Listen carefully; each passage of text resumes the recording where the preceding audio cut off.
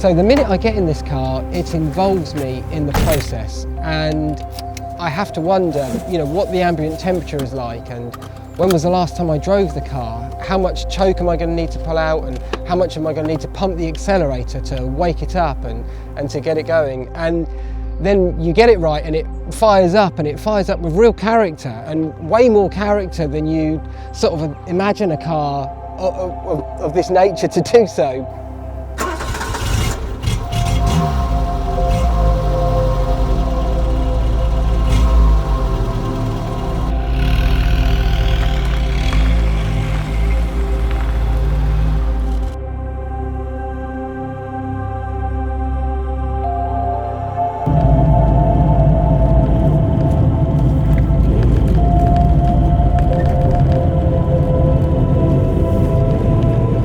Within a few turns of the wheel down the road, you know exactly what this car's about, and it's about lightness and simplicity.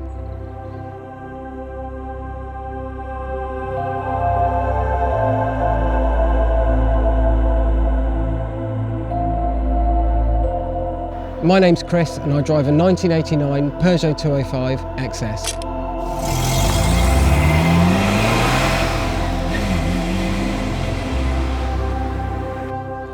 The XS is a really humble little car. Whenever somebody bumps into me and you get chatting about the car, or they ask you what sort of car you've got, the first thing that often comes up in people's mind is the GTI, and this car forever lives in the shadow of those models. And almost embarrassingly, I always find myself trying to justify the car by sort of saying, yeah, but the XS is actually really good fun because it's got a very low curb weight and it's nearly as quick as sort of a 1.6 GTI, particularly down a windy road. And then as you're saying this, I feel completely ridiculous, because the speed is the last aspect of which that I love about this car. I don't know why I'm trying to justify it in that way, but it's just an indication of just how much this car has lived in the shadows of the GTI all its life and will continue to do so. I'm always looking at the marketplace, whether I can afford anything or more often not. And one evening I spotted this XS with very low mileage, so I managed to go the very next day, and as the car rolled out of the garage, you'd have thought an F40 was coming out by how excited I was, and not this small old hatchback. But I hadn't seen one of these since they were plentiful on the roads, and it was just such an amazing sight. The car itself had been owned by an elderly gent for most of its life, and that explained the low mileage, but it's not an absolutely immaculate example. It has some age-related imperfections. But for me, knowing the car's history and speaking with the owner, it's all kind of part of its charm, and it's that lovely balance of being an honest, genuine, original example. And I like the fact that it has a history and its own story to tell. The key ingredients of the XS that make it so much fun is the 800 or so kilogram curb weight and the TU3S engine, which is all alloy, so very lightweight, and it's got about 85 horsepower. It's mated to that lovely close ratio gearbox so that you can change gears, 2 or 3 times down a back road, and you're still within the speed limit, and you're still able to have an awful lot of fun and really rev it out and play with it.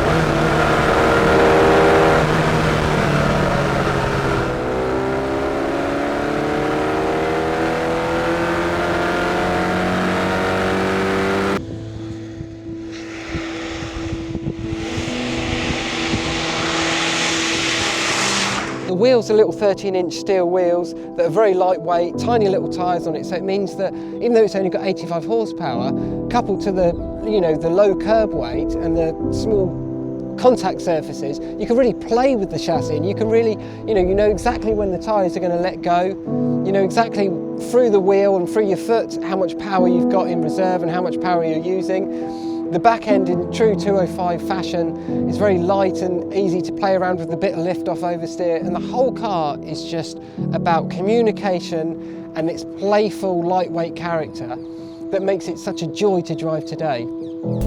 I didn't arrive at this car as an already paid up member of the Peugeot 205 fan club, so to speak.